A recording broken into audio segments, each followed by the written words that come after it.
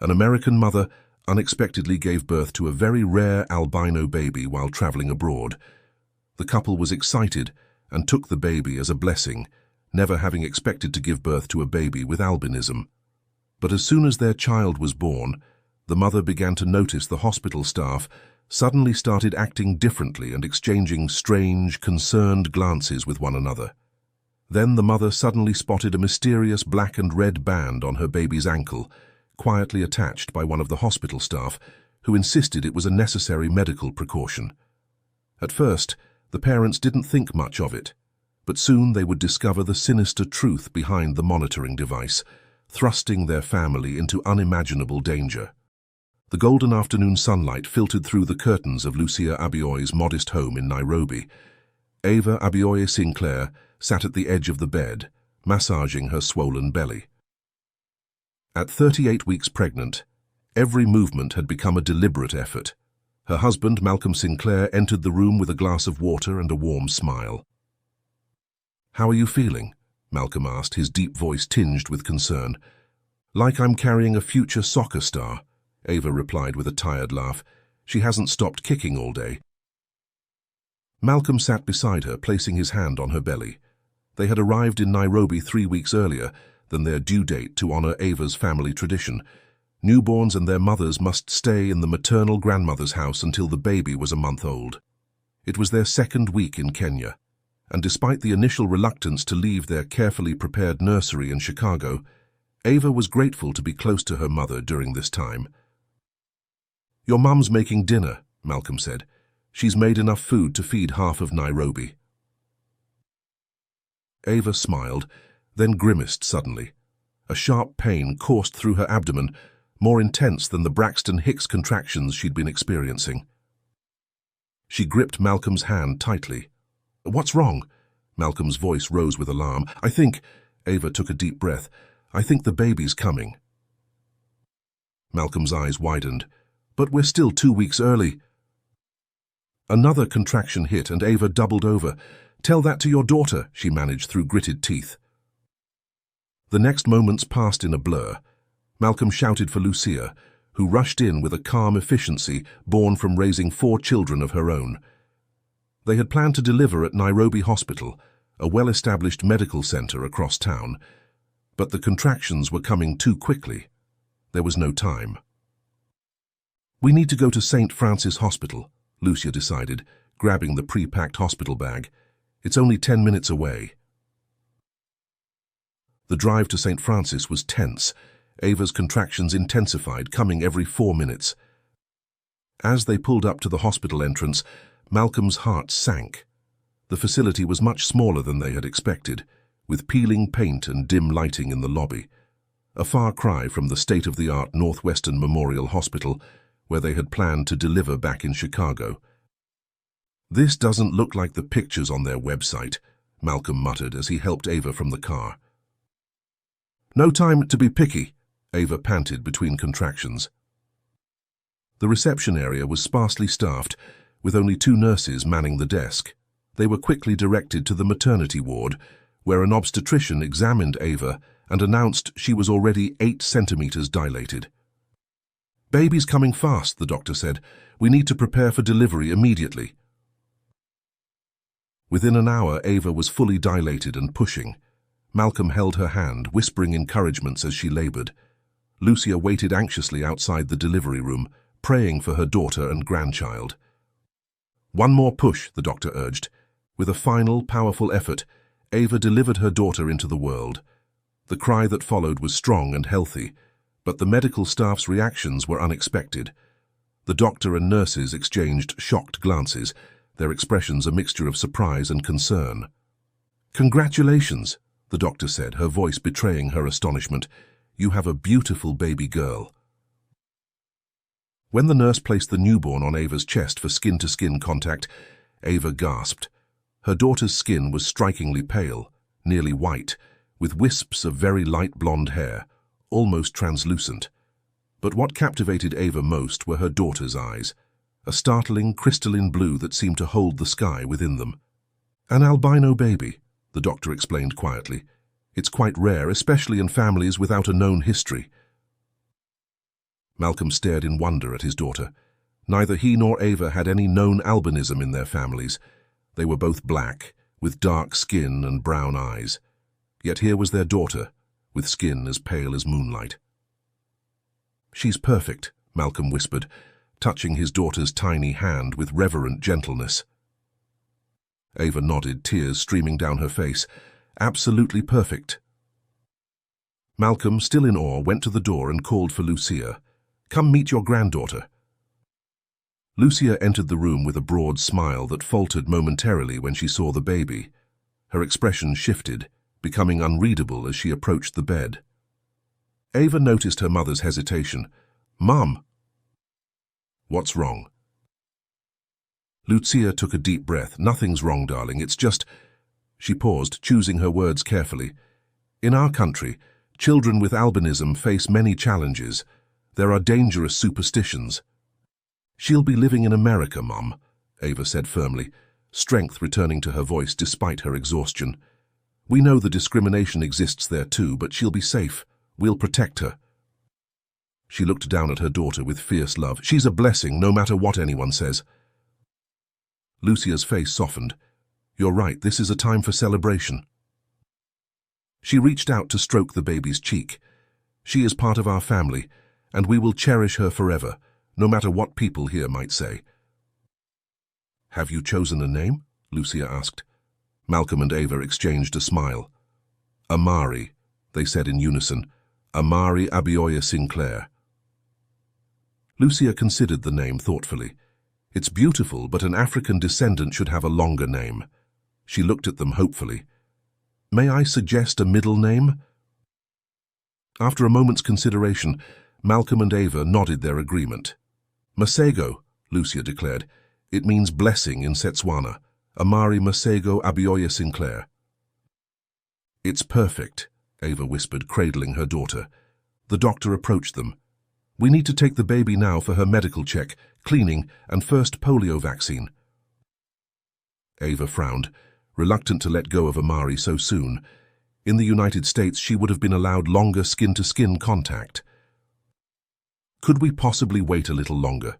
she asked in Swahili. The doctor shook his head firmly. "I'm sorry, but our protocol is different here. We must follow our procedures." "Can she room with me afterward?" Ava asked. "Our policy is to keep newborns in the nursery so parents can rest and recover," the doctor explained. "It's non-negotiable." Sensing Ava's distress, Malcolm squeezed her hand. "It'll be all right. They'll bring her back for feeding." The medical team gently took Amari, assuring Ava they would return her daughter soon. The doctor then asked Malcolm to follow them to complete paperwork and the hospital's birth report, particularly important since they were tourists who would be taking the baby to another country. "Get some rest," Malcolm told Ava, kissing her forehead. "I'll be back soon." As Malcolm followed the medical team with Amari in a small cart, Ava felt a wave of exhaustion wash over her. With her mother by her side, she finally surrendered to sleep. Ava's eyes fluttered open, consciousness returning slowly. The harsh fluorescent light above her was unfamiliar, and for a moment she felt disoriented. This wasn't the delivery room. She was in a standard hospital room with mint green walls and beige curtains. A privacy curtain had been drawn across the middle of the room, suggesting she was sharing the space with another patient. From behind the curtain, she could hear soft voices conversing in Swahili. Another mother and her visitor, she presumed.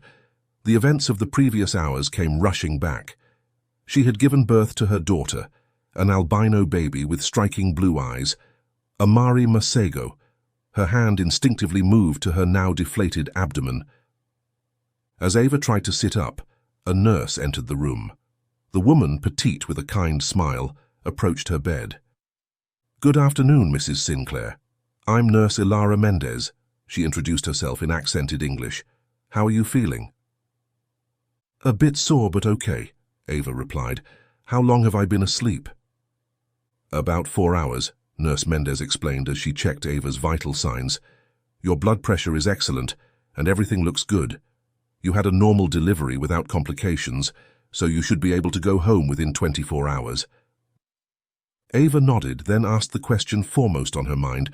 Where's my baby? I'd like to breastfeed her. And where are my husband and mother? I'll bring them to you right away, Nurse Mendez assured her with a smile before exiting the room. Ava waited anxiously, trying to ignore the emptiness in her arms. She longed to hold Amari, to count her tiny fingers and toes, to memorize every detail of her daughter's face. The soft murmuring behind the curtain continued, a reminder that she wasn't alone in this room. The door swung open and Malcolm entered, his face lighting up when he saw she was awake. "There's my warrior woman," he said, coming to her side and kissing her forehead. "How are you feeling?" "Better now," Ava replied, squeezing his hand. "Where's Mom?" Malcolm chuckled. "She can't take her eyes off Amari. She's been watching her like a hawk, standing by the nursery window. The nurses tried to get her to rest, but she wouldn't hear of it." Ava smiled, picturing her mother's protective stance. "That sounds like Mom." Her expression grew more serious as she pulled Malcolm closer. "There are things you should know about albinism here in Africa," she whispered. "There are dangerous superstitions. Some believe albino body parts can bring wealth or good luck. Children with albinism are sometimes hunted." Malcolm's face darkened. "That's barbaric." "It's why Mom looked so shocked at first," Ava explained. "She was worried for Amari's safety. But we'll be going back to the States soon. She'll be safer there." Before Malcolm could respond, the door opened again. Lucia entered, followed by Nurse Mendez pushing a small cart with Amari bundled inside. Seeing her baby, Ava immediately reached out her arms.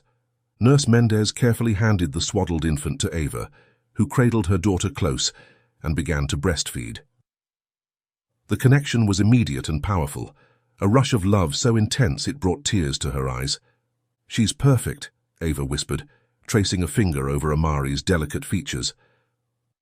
The baby's skin was so fair it was almost translucent, with tiny blue veins visible beneath. Her eyes, when they briefly opened, were the same striking blue that had amazed them earlier. Nurse Mendez watched them for a moment, then said, "I'll need to take her back to the nursery in a few hours." Ava's head snapped up. "I'd prefer to keep her with me the entire time," she stated firmly. "In the US, rooming in is standard practice. It's better for mother-baby bonding." Nurse Mendez's expression shifted, her smile tightening slightly. "I'm afraid that's not possible. You're sharing a room with another patient, and we must consider their comfort as well." "Is there a private room available? We're willing to pay extra," Ava suggested. "This is our highest-class accommodation for normal deliveries," Nurse Mendez explained. "Private rooms are reserved for cesarean section patients due to their longer recovery needs."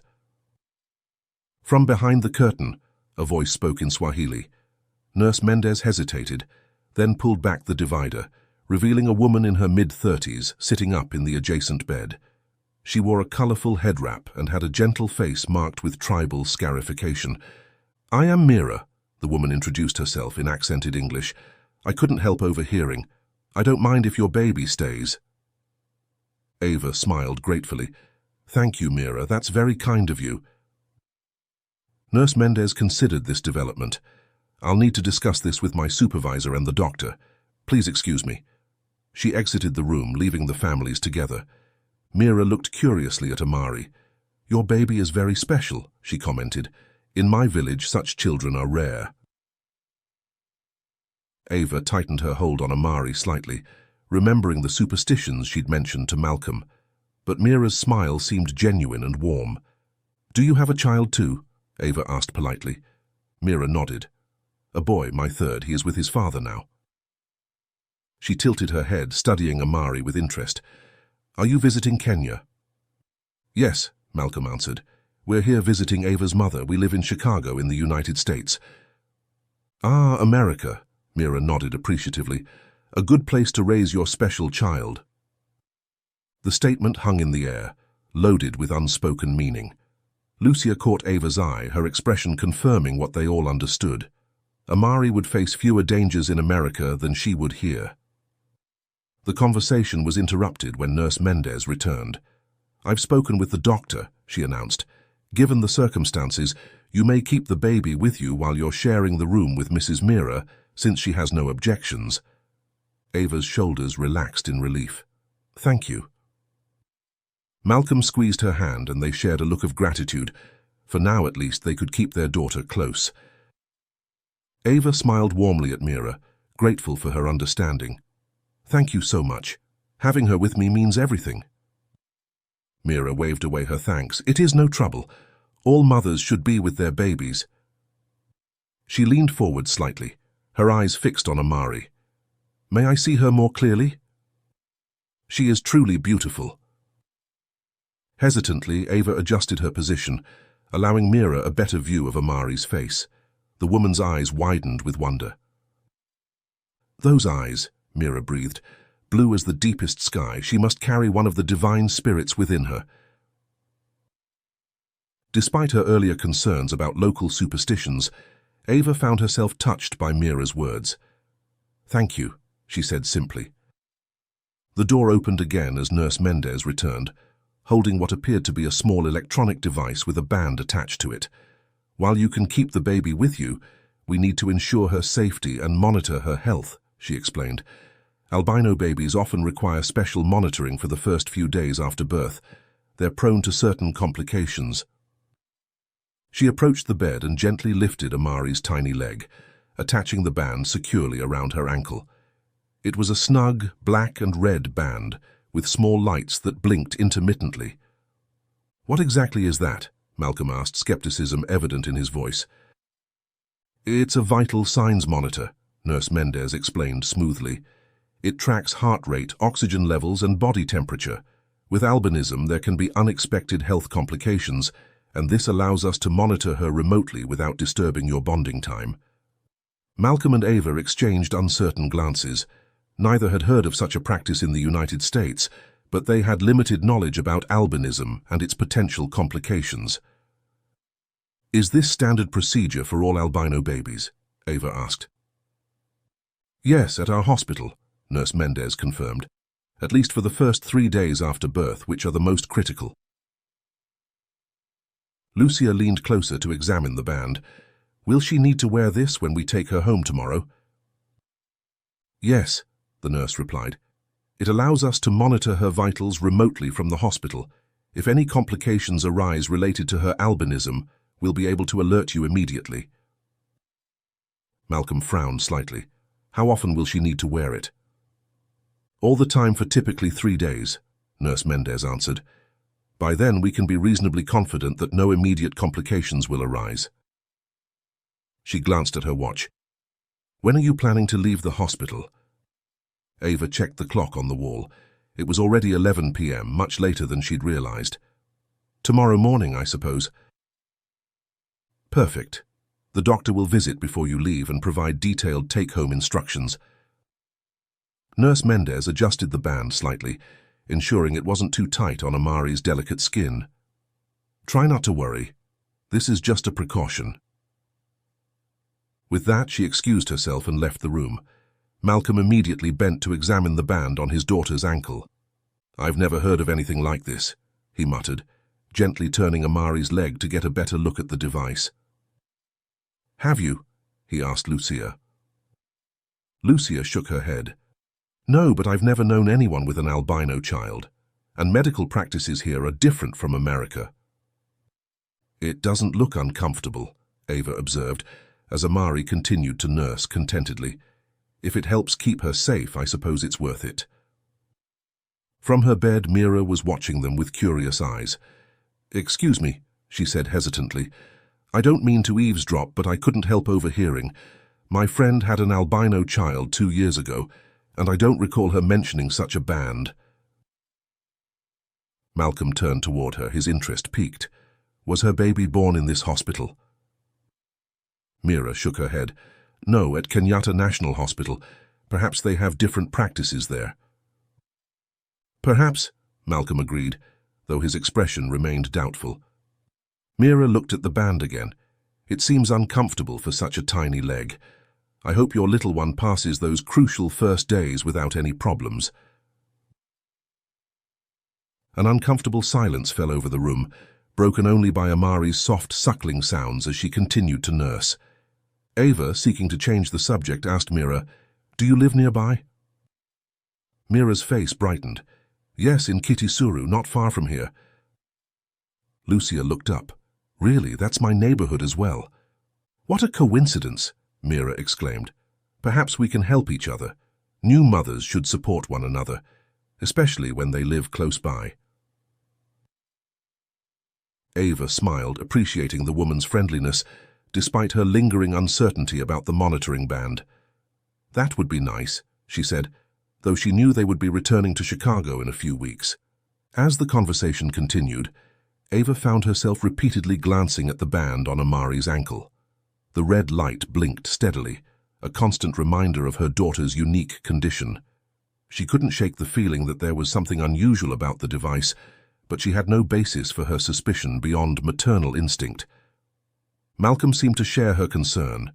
Every few minutes he would check the band, making sure it wasn't too tight, watching the blinking lights as if expecting them to reveal some hidden purpose. Lucia noticed their preoccupation. "You two need to relax," she said in a low voice. "The doctors know what they're doing. Focus on enjoying these first moments with Amari." Ava nodded, trying to push away her unease. Her mother was right. These precious first hours with her daughter shouldn't be overshadowed by unfounded worries. Still, she found herself holding Amari a little closer, a little more protectively as the night deepened around them. Morning arrived with the soft golden light of an East African sunrise filtering through the thin hospital curtains. The night had passed in a blur of intermittent sleep and frequent nursing sessions. Despite sharing the room, Mira had been considerate, keeping her voice low when her husband visited briefly around midnight. As promised, Mira was discharged early in the morning, leaving Ava and her family with the room to themselves. As she gathered her belongings, she approached Ava's bed. "Blessings on your little one," she said with a warm smile. "Perhaps we will meet again in the neighborhood." "I hope so," Ava replied sincerely, "and thank you again for your kindness." After Mira left, Malcolm stretched his stiff muscles, having spent the night in an uncomfortable chair beside Ava's bed. Lucia had dozed intermittently in another chair, waking whenever Amari cried. "Anyone else need coffee as badly as I do?" Malcolm asked, rubbing his eyes. Before Lucia or Ava could answer, the door opened and the doctor entered. He introduced himself as Doctor Felix Kamau and approached the bed with a tablet in hand. "Good morning," he greeted them with a professional smile. "How are we feeling today?" "Tired but good," Ava replied, adjusting Amari in her arms. Dr. Kamau checked Ava's vital signs and examined her briefly, nodding in satisfaction. "Everything looks excellent. Your recovery is progressing normally." He then turned his attention to Amari, gently unwrapping her to examine her tiny body.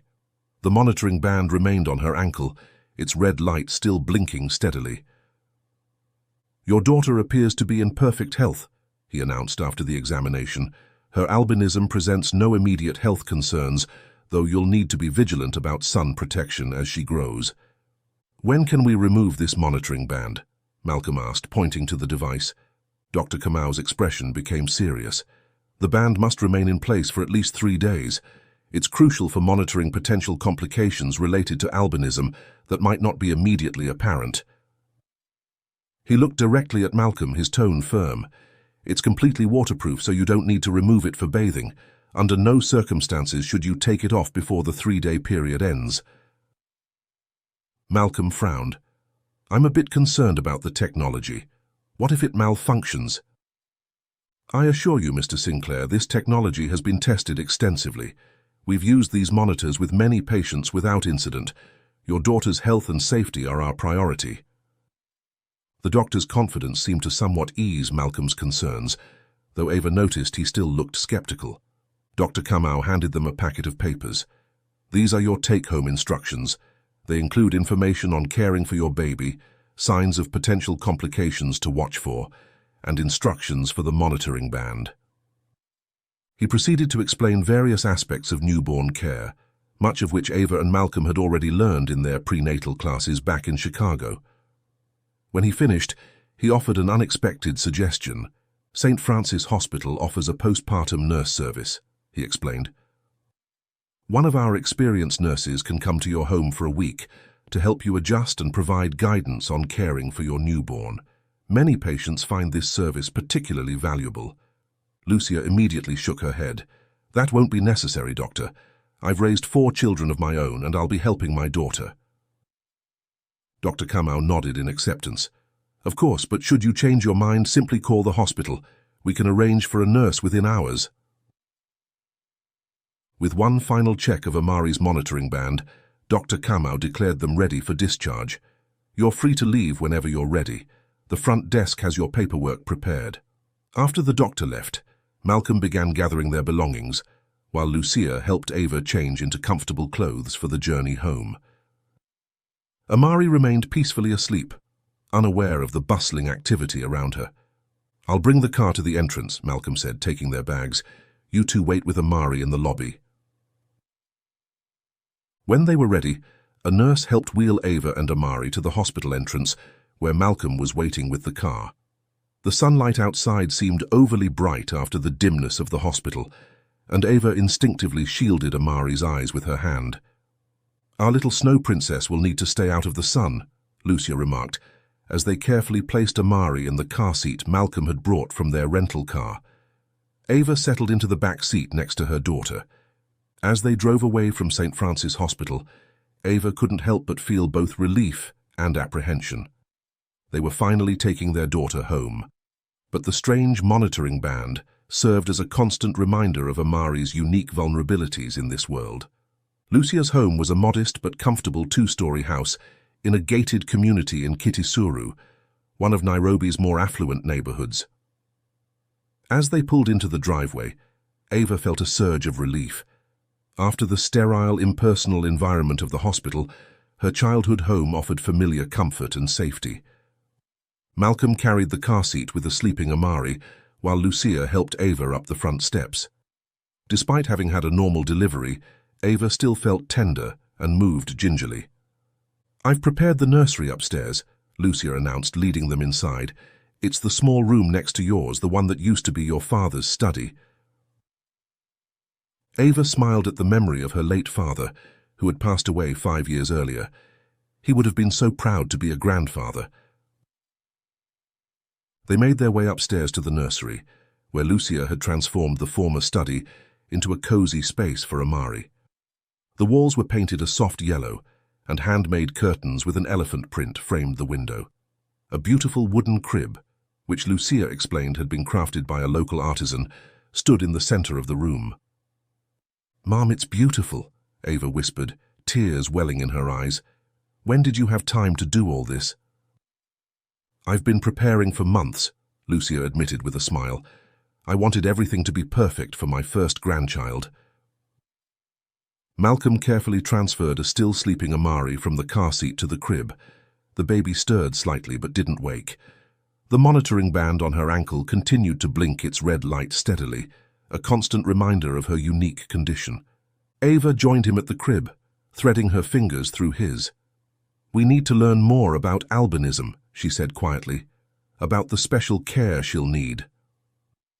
I've already ordered some books, Malcolm told her. They should be delivered to our house in Chicago, and I've been researching online whenever I had reception at the hospital. Lucia approached with a glass of water for Ava. You should rest while she's sleeping, she advised. The first rule of motherhood, sleep when the baby sleeps. Though exhausted, Ava was reluctant to leave Amari. I'll stay here a little longer.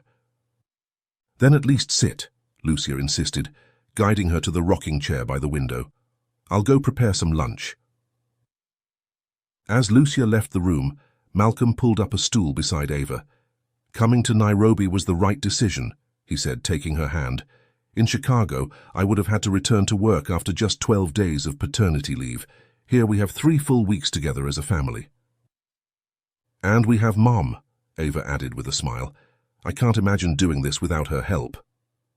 The day passed quickly, settling into a rhythm of feeding, diaper changes, and brief periods of rest.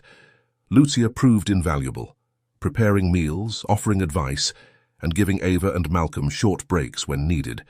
By evening, they had established a tentative routine, though they knew it would likely change as Amari adjusted to life outside the womb. As night fell, Amari became increasingly fussy. What started as occasional whimpers escalated to persistent crying that nothing seemed to soothe. "She's been fed, changed and burped," Ava said, pacing the nursery with Amari wailing in her arms. "I don't understand what's wrong." Malcolm, who had been researching on his tablet, looked up. "It could be colic. It says here that some babies cry for hours, often in the evening, for no apparent reason." "But she's barely a day old," Ava protested, bouncing Amari gently. "Isn't colic supposed to start later?" "Maybe she's not getting enough from breastfeeding," Lucia suggested. "We could try some formula as a supplement." They tried formula, but Amari only took a small amount before resuming her crying. As the second hour of continuous wailing began, everyone's nerves were fraying. "This isn't normal," Ava said, tears of frustration and worry streaming down her face. "Something is wrong." Malcolm, who had been observing quietly, suddenly focused on the monitoring band. "What if it's this thing?" he asked, pointing to the device. "What if it's too tight or irritating her skin?" Ava looked down at Amari's ankle. The skin around the band appeared slightly red, though it was hard to tell if that was from irritation or just the baby's general distress. "The doctor said not to remove it," she reminded him, though doubt crept into her voice. "I don't care what they said," Malcolm replied firmly. "If it's causing her pain, it needs to come off. Just look at how soft and thin her skin is." Lucia, who had been watching from the doorway, nodded her agreement. "Malcolm is right. Other children survive without such devices. No one at the hospital is actually sitting at a computer monitoring her vital signs 24/7. If she has health problems, you'll know." "But what if there's something wrong that we can't see?" Ava argued, remembering the doctor's warnings about complications in albino infants. "What if removing it puts her at risk?" Malcolm approached her, placing his hands gently on her shoulders. "Ava, if she keeps crying like this for hours, that stress itself could make her sick. Let's try removing it. If she still doesn't settle, we can put it back on." Torn between the hospital's instructions and her husband's reasoning, Ava hesitated. Amari's cries had become weak and pitiful, her little body trembling with exhaustion. "Okay," she finally agreed. "Take it off." Malcolm carefully examined the band, finding the small clasp that secured it. With delicate fingers, he unfastened it and removed the device from Amari's ankle. The skin beneath was indented slightly where the band had been, with a faint red mark circling her tiny ankle. They all watched anxiously as Malcolm set the band on the dresser. Ava continued to rock Amari, whispering soothing words. Gradually, almost imperceptibly at first, the baby's cries began to diminish. Within 15 minutes, she had quieted to occasional whimpers. Ava settled into the rocking chair and offered her breast. This time, Amari latched on eagerly, nursing contentedly for nearly 20 minutes before falling into a peaceful sleep. The sudden silence in the room was profound. Ava looked up at Malcolm and Lucia with wonder in her eyes. "It was the band," she whispered, afraid to speak too loudly and disturb Amari's rest. Malcolm nodded grimly. "I don't know what that thing really is, but it was clearly bothering her." "We'll put it back on tomorrow morning," Lucia suggested pragmatically. "For now, let's all get some rest while we can." As Malcolm and Lucia left the room to prepare for bed, Ava remained in the rocking chair, cradling her sleeping daughter. She gazed at the discarded monitoring band on the dresser, its red light still blinking steadily, and wondered what it was truly monitoring. In America, Amari would have received comprehensive care, a thorough explanation of albinism, specialized follow-up appointments, detailed literature for the parents. Here, they'd been given a mysterious device and vague warnings about complications. "I'm never putting that thing back on you," Ava murmured to her sleeping daughter, tracing a finger along the faint red mark on Amari's ankle where the band had been. As the night deepened, exhaustion finally overtook Ava. She carefully placed Amari in the crib and settled into the bed that Lucia had prepared in the adjoining room, leaving both doors open so she could hear any sounds from the nursery. Despite her fatigue, sleep came fitfully. Every small noise jolted her awake, sending her to check on Amari. Malcolm slept more soundly beside her, his body finally surrendering to the exhaustion of the past 2 days. When Ava next opened her eyes, sunlight was streaming through the windows. She blinked in confusion, realizing she had slept much longer than intended. The room was warm with the East African morning sun, and the clock on the bedside table showed it was already 10 a.m. Panic surged through her. How had she slept so long? Why hadn't Amari woken for feeding? She bolted upright, ignoring the ache in her still recovering body, and rushed to the nursery. The empty crib stopped her heart. Amari, her voice came out as a strangled whisper. The blankets were disturbed, but her daughter was nowhere to be seen. Malcolm, she called, turning back to the bedroom. Malcolm, where's Amari? Malcolm sat up groggily. What? The baby. She's not in her crib. Ava's voice rose with each word. Malcolm jumped out of bed immediately. Maybe your mum took her downstairs. They rushed down the stairs, calling for Lucia. They found her in the kitchen, preparing breakfast. Mom, do you have Amari? Ava asked frantically. Lucia turned, spatula in hand, her expression transitioning from welcome to confusion. No, I thought she was with you. The three of them stood frozen for a moment, the implication of Lucia's words sinking in like cold stones. She's gone, Ava breathed, her legs threatening to give way beneath her. Someone took her. Malcolm's face hardened with determination. We don't know that yet. Let's search the house thoroughly before jumping to conclusions. But even as he spoke, they all knew. An infant couldn't disappear on her own. If none of them had Amari, someone else did. They searched every room anyway, calling Amari's name as if she might answer. When they reconvened in the living room, the terrible truth could no longer be denied. The band, Ava suddenly remembered. Where's the monitoring band? They rushed back to the nursery. The dresser where Malcolm had placed the device was empty. It's gone too, Malcolm confirmed grimly. Lucia moved to the nursery window, examining it closely.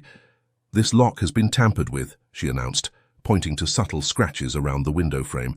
Someone broke in.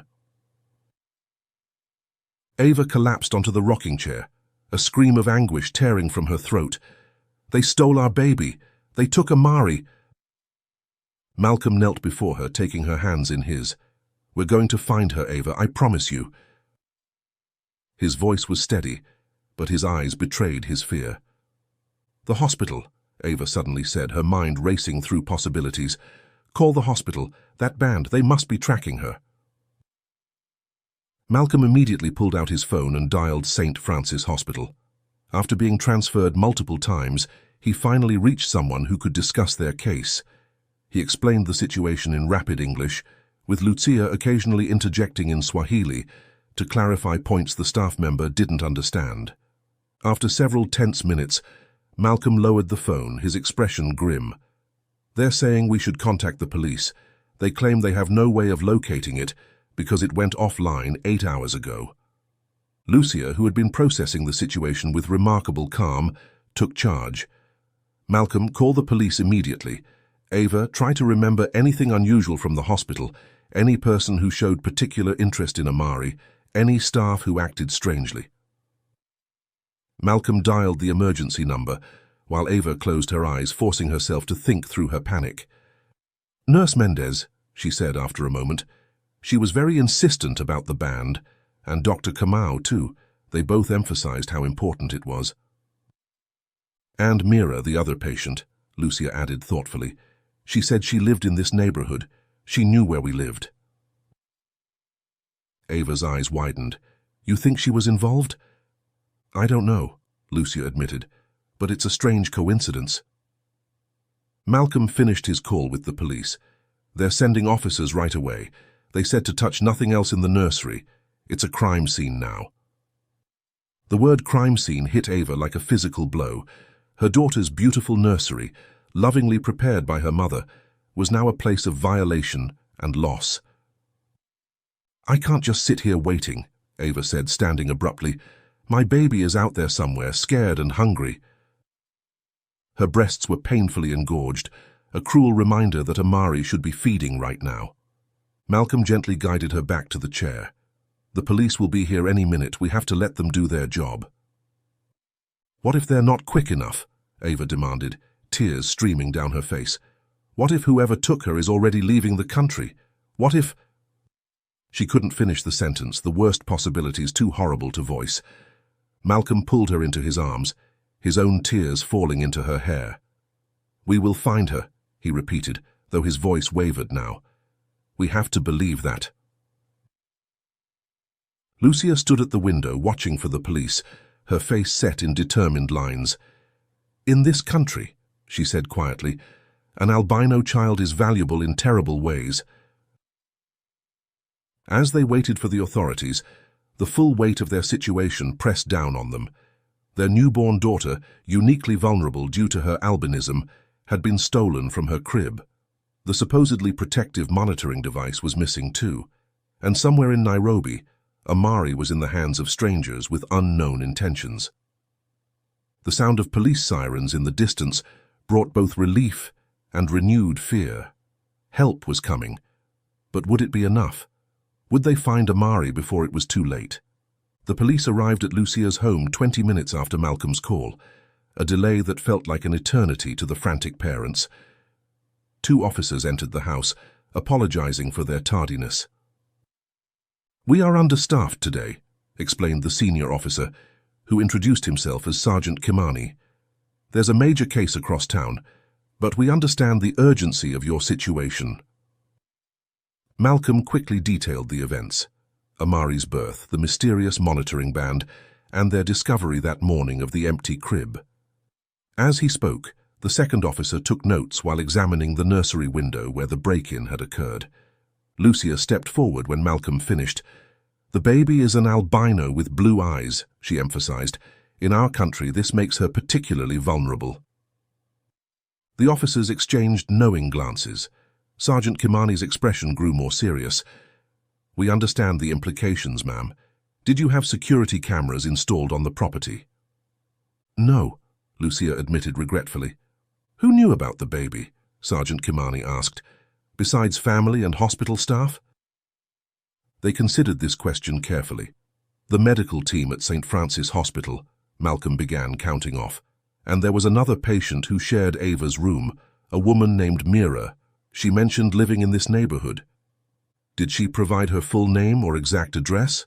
The sergeant asked. Ava shook her head. No, just that she lived nearby. She had just given birth too, around the same time as me. Sergeant Kimani immediately radioed the dispatch center. I need information on a patient named Mira, who delivered a baby at St. Francis Hospital approximately 2 days ago. Request her full name and current address. He turned back to the family. We'll check this lead immediately. While they waited for the information, the second officer continued examining the nursery. He pointed out subtle signs of the break-in that they hadn't noticed. Footprints in the garden soil beneath the window, a small tool mark on the windowsill. Professional job, he remarked, not an opportunistic theft. His words sent a chill through Ava. This wasn't a random crime. Someone had specifically targeted Amari. The radio crackled, and dispatch provided an address for Mira Kamau, located just 6 blocks from Lucia's home. Sergeant Kimani announced they would proceed there immediately. We'll find your daughter, he promised as they prepared to leave. Stay here in case the kidnappers call with demands. As the police cars pulled away, Ava stared at the door in disbelief. It can't be Mira. She's a mother too. She wouldn't... Lucia scoffed. You've been in the US too long, Ava. Here, people do anything for money or witchcraft. Malcolm paced the small living room, restless. The waiting gnawed at him. Malcolm turned to Ava and Lucia. I can't just sit here waiting. Ava agreed immediately. We should go too. That's our baby they have. Lucia hesitated. The police said to stay here. You can stay by the phone, Malcolm decided. Ava and I will check with the neighbors. Maybe someone saw something. They quickly grabbed their phones. leaving Lucia to maintain contact with any additional officers who might arrive. They stepped outside, where a small crowd of neighbors had gathered, drawn by the police presence earlier. Ava followed, tension rolling off her in waves. As Malcolm spoke to the neighbors, that's when Ava noticed a young boy on a bicycle watching them from across the street. He couldn't have been more than 14, thin and wiry, with watchful eyes that darted between the people in the crowd. Lucia had also arrived at the scene. She noticed the boy as well and approached him, speaking sharply in Swahili. "Mom, don't," Ava called. "You're just scaring him." She approached the boy more gently. "Hello," she said in Swahili.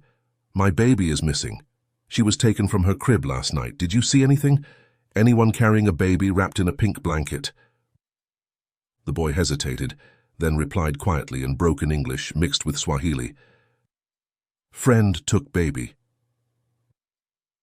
Malcolm, who seemed to notice her wife and mother-in-law talking with the boy, joined them, his expression intensifying. "Your friend took our baby. Do you know where they went?" The boy shifted uncomfortably on his bicycle, casting nervous glances at Lucia, who was still frowning disapprovingly. "Tell us," Lucia demanded in Swahili. "This is not a game, boy." Malcolm tried a different approach. "What's your name?" "Mifta," the boy replied softly. "Mifta, if you're hiding information about a kidnapping, the police will have to arrest you too," Malcolm explained, his tone firm but not threatening. The boy's eyes widened at the mention of police. "No police," he pleaded. "No hurt my friend." Ava knelt to his level. "We won't hurt your friend, Mifta, but we need our baby back. She's very special and needs her mother. Can you show us where she is?" After a moment's hesitation, Mifta nodded reluctantly. "I show—" He began pedaling slowly down the street, looking back to ensure they were following. Ava kept pace with him, while Malcolm quickly called Sergeant Kimani to report this new development. Mifta led them through several winding streets, eventually moving beyond the residential area into a zone where larger, more opulent homes were interspersed with undeveloped lands. He finally stopped outside an impressive house with high walls and a security gate. "Here," he said simply. "Your friend brought our baby here?" Ava asked, her heart racing. Mifta shook his head. "Friend with woman. Woman, come here." "Do you know who lives in this house?" Malcolm asked. Again, the boy shook his head. "Rich man." Lucia studied the property with narrowed eyes. "This isn't Mira's house. The police would have been here already if it was." Malcolm reported their location to Sergeant Kimani, who promised to dispatch units immediately. "We need to stay out of sight until they arrive," Malcolm warned. "If whoever took Amari sees us, they might try to run or worse." Mifta pointed to a narrow alley between two vacant properties across the street. "Hide there. See house still." They followed his suggestion, concealing themselves in the shadows of the alley while maintaining a clear view of the imposing house. As they waited for the police, Ava clutched Malcolm's hand tightly. "Do you think she's really in there?" she whispered. "I hope so," Malcolm replied, his voice strained with emotion. "Because if she's not, I don't know where else to look." Minutes stretched into an unbearable half-hour before police vehicles finally appeared, approaching with sirens silent. Sergeant Kimani and several officers quickly established a perimeter around the property. Ava, Malcolm, Lucia and Mifta emerged from their hiding place to join the police at the front gate. Their search for Amari had led them here, to this mysterious house with its high walls and secrets within. Whether their daughter was inside remained to be seen, but for the first time since discovering the empty crib, they dared to hope. Multiple police cars converged on the property, officers emerging with determined expressions. Sergeant Kimani approached the family and Mifta, who hung back nervously. "Stay behind us," the sergeant instructed firmly. "We don't know what we're dealing with yet." Two officers positioned themselves at the side gates, while Sergeant Kimani and another officer approached the main entrance. They rang the bell mounted on the imposing gate, their hands resting on their holstered weapons. No response came. The sergeant rang again, longer this time, and announced in a commanding voice, "Nairobi police, open the gate immediately." Still nothing. The officers exchanged glances, and Sergeant Kimani was about to give an order when a sound caught everyone's attention, the unmistakable roar of a car engine starting from somewhere behind the house. "They're trying to flee," an officer shouted. "Rear exit." Within seconds, the organized police presence dissolved into urgent action. Officers rushed back to their vehicles, radios crackling with rapid-fire commands as they coordinated to block possible escape routes. Only 2 officers remained at the front gate with Ava, Malcolm, Lucia, and Mifta. From their position, they could hear the squealing of tires as a vehicle accelerated away from the property, followed by the wail of sirens as the police gave chase. The remaining officers' radios broadcast the pursuit in real time. Descriptions of a black SUV with tinted windows, coordinates of its position, and strategies to intercept it. "Units 3 and 4 proceed to the Waiyaki Way junction to cut them off," crackled the radio. "All checkpoints activated. Be advised, suspects may be armed." The 2 officers left behind appeared tense, clearly wishing they were part of the action. One of them kept his radio volume high, allowing them all to follow the chase. Ava clutched Malcolm's arm, her eyes fixed on the house. What if Amari is still in there? What if they left her behind? Before Malcolm could respond, Mifta tugged at Ava's sleeve. His eyes were wide, focused on something to their left. "Look," he whispered urgently. Along the property's side wall, partially concealed by ornamental shrubs, a small garden gate was slowly opening. A lanky teenage boy, older than Mifta but still clearly a minor, slipped out, clutching a bundle wrapped in what appeared to be a pink blanket. Seeing the police cars in front, he immediately turned in the opposite direction, moving quickly but quietly toward the adjacent street. "That's Amari," Ava gasped, loud enough for the officers to hear. One of the officers immediately alerted his colleagues over the radio. "Possible suspect fleeing on foot via the east side garden gate. Juvenile male carrying what appears to be the infant." The car was a distraction, the other officer realized, already sprinting toward the escaping boy. Malcolm didn't hesitate. Despite the officer's earlier instruction to stay back, he raced after them, leaving Ava, Lucia, and Mifta by the main gate. "Be careful," Ava called after him, torn between following and staying in case more officers arrived. The chase was brief but intense. The teenage boy, burdened by his precious cargo, couldn't outrun the determined officer and Malcolm. Within moments, Malcolm had grabbed the back of the boy's shirt, bringing him to an abrupt halt. The officer quickly secured the bundle, unmistakably a baby wrapped in Amari's pink blanket. Ava and Lucia hurried to join them, as the second officer escorted the captured teenager back toward the main house. Mifta hung back, watching with a complex mixture of emotions on his young face. "Is she all right?" Ava called out, her voice breaking with fear and hope. The officer carefully handed the bundle to Ava, who unwrapped it with trembling fingers to reveal Amari's pale face. The baby was sleeping peacefully, apparently unaware of the drama surrounding her. "She doesn't even seem to know she was gone," Malcolm marveled, peering over Ava's shoulder at their daughter. The officer who had helped catch the boy approached them. "We need to have her examined at a hospital immediately. They may have given her something to keep her quiet." "Sleeping pills?" Ava asked, horrified at the thought. "It's common in these cases," the officer confirmed grimly. "They crush the medication into powder and mix it with formula. It's important she gets medical attention right away."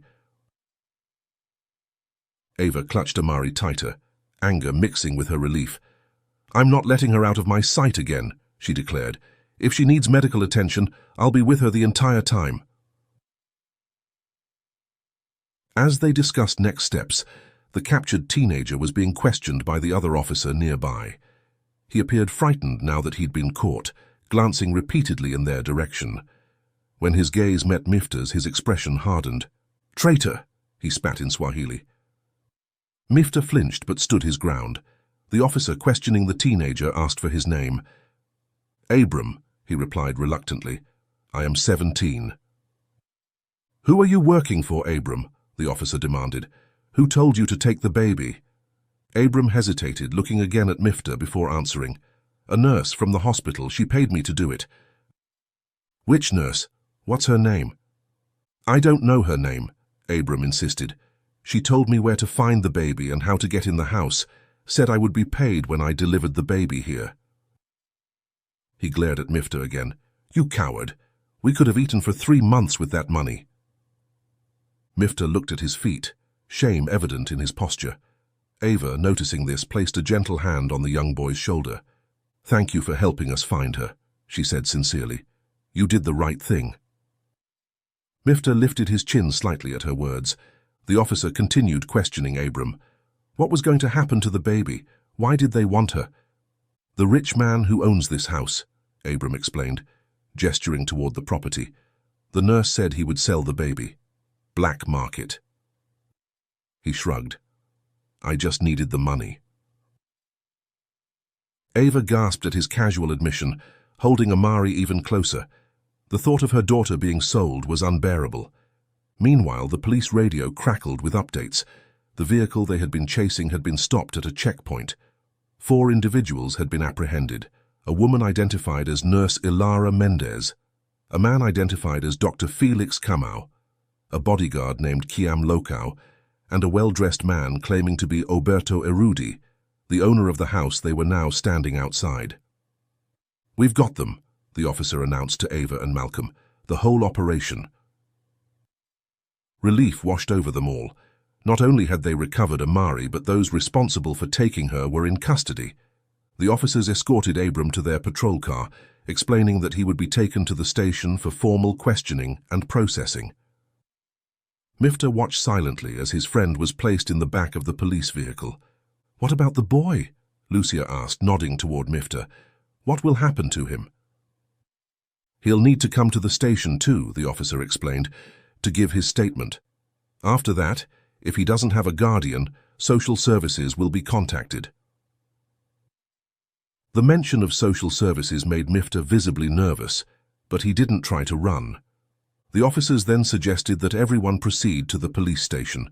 Amari would need to be examined by a medical professional, and they would all need to provide formal statements about what had transpired.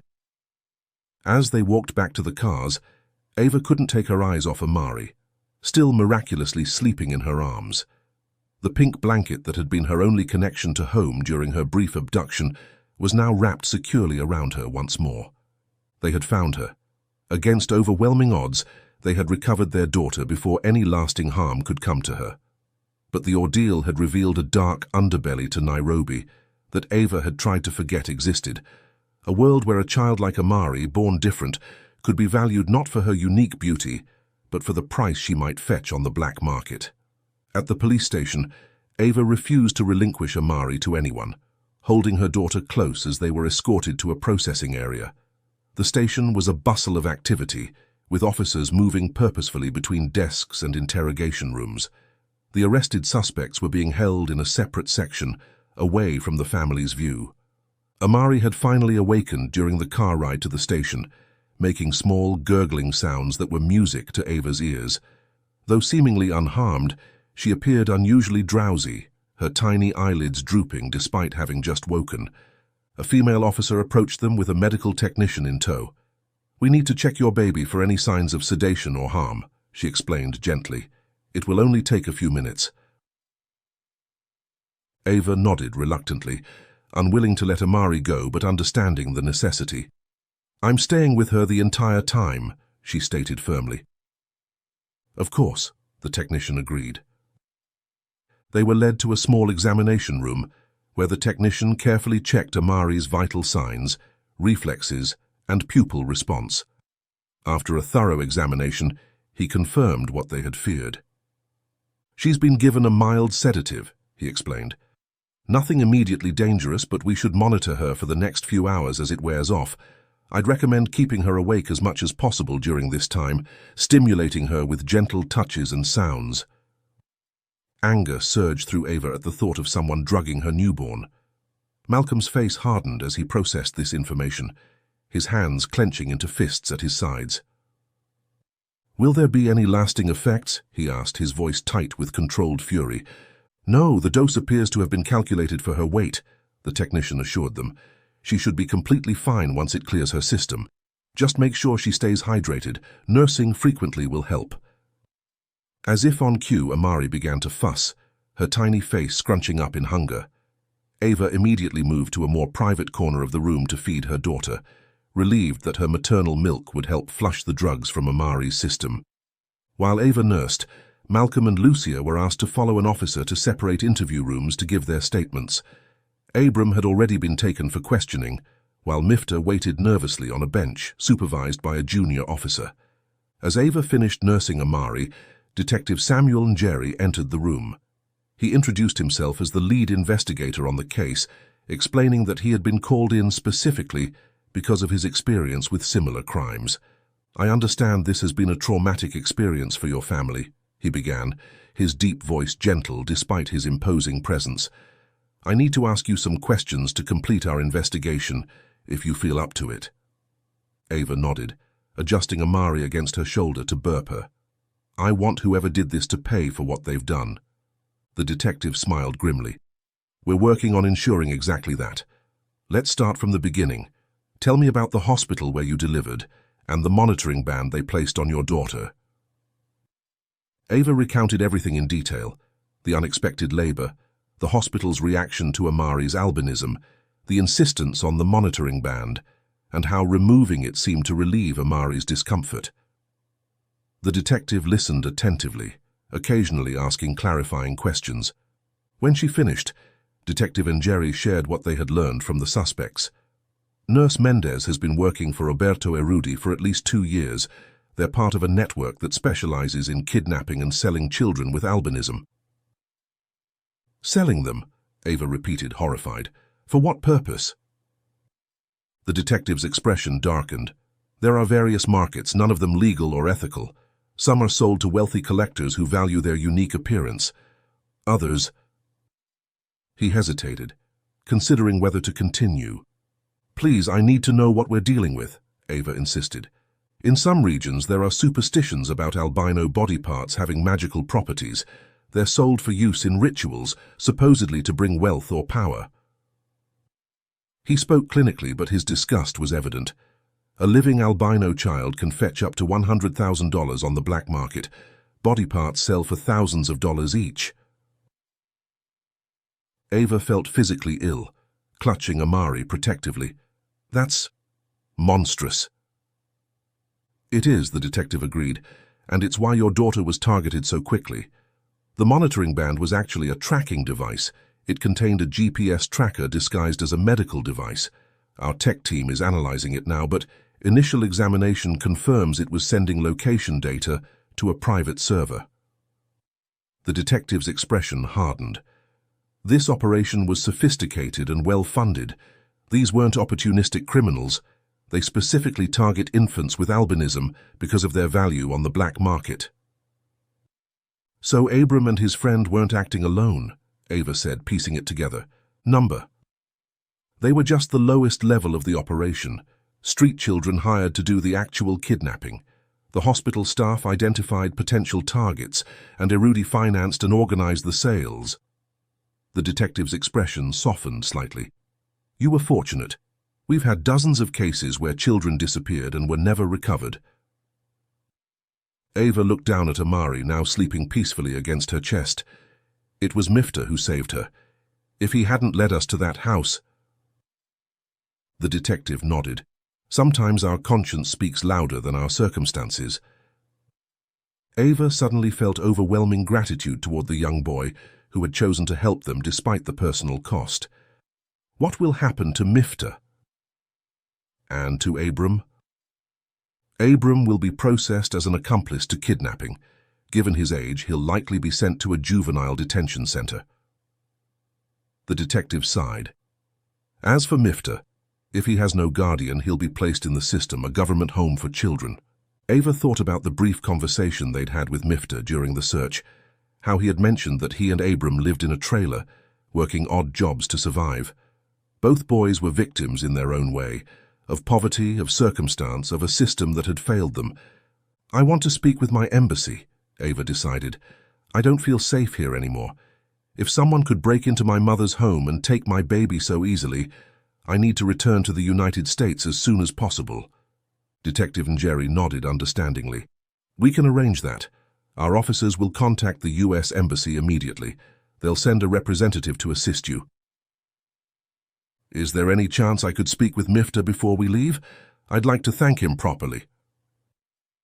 Of course, he's still giving his statement, but I'll check on him and send in Mifta shortly.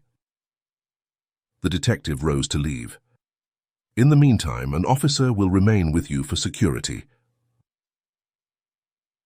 After the detective left, Ava sat alone with Amari, processing the horrifying reality of what they had narrowly escaped.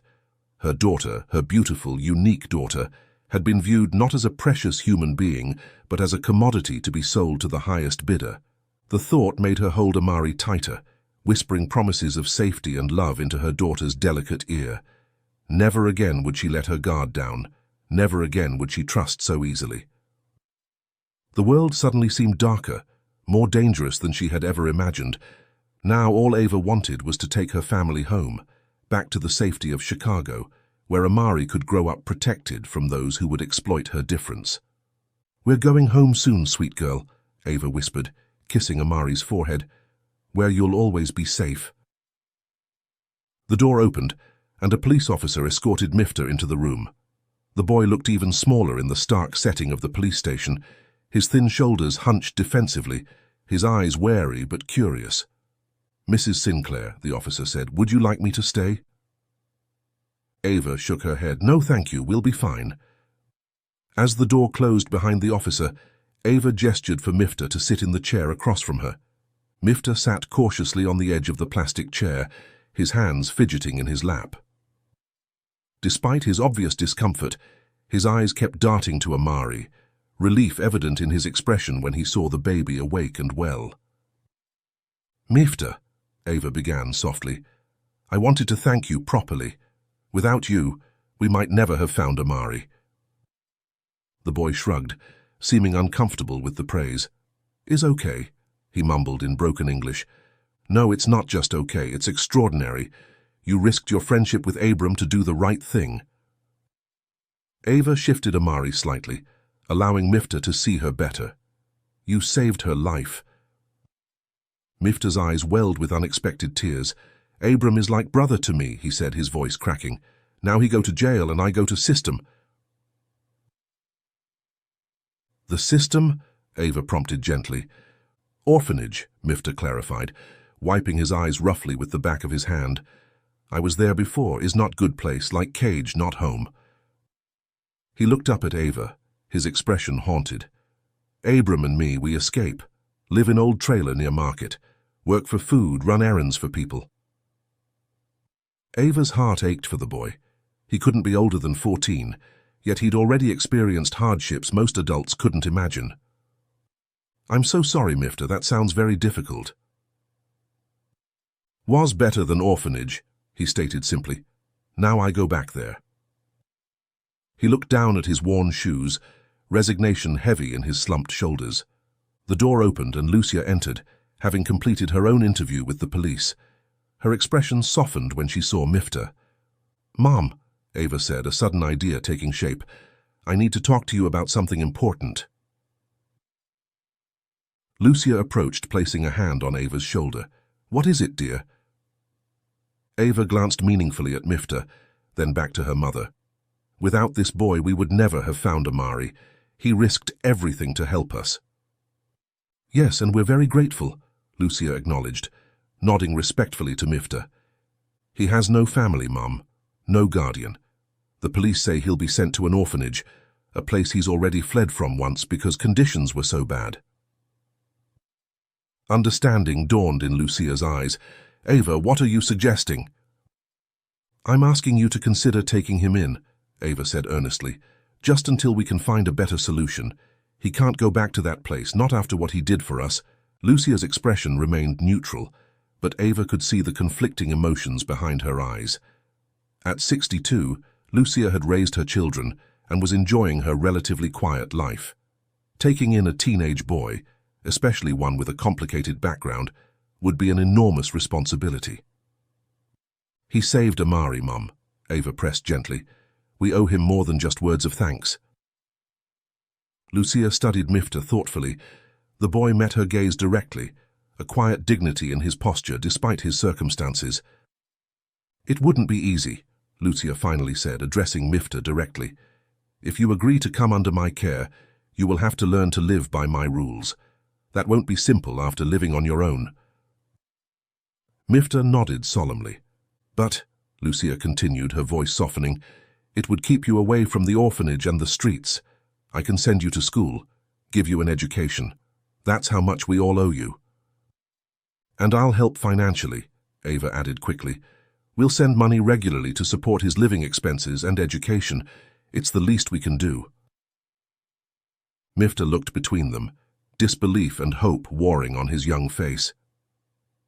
"You want me to live with you?" he asked Lucia. "If you're willing to try," Lucia confirmed.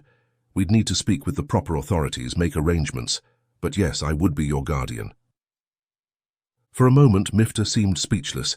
Then he nodded, a small but genuine smile transforming his face. "I would like that," he said simply. The door opened again and Malcolm entered, his interview with the police finally complete. He paused, taking in the scene before him. "What did I miss?" Ava smiled at her husband. "A lot, actually." Over the next few minutes, they explained the situation to Malcolm, who readily agreed with the plan to help Mifta.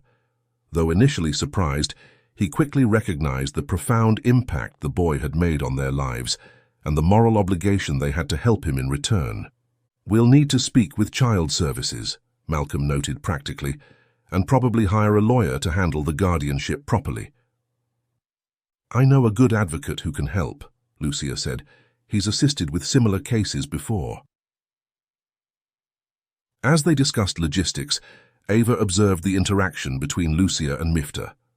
Already her mother was slipping into a familiar role.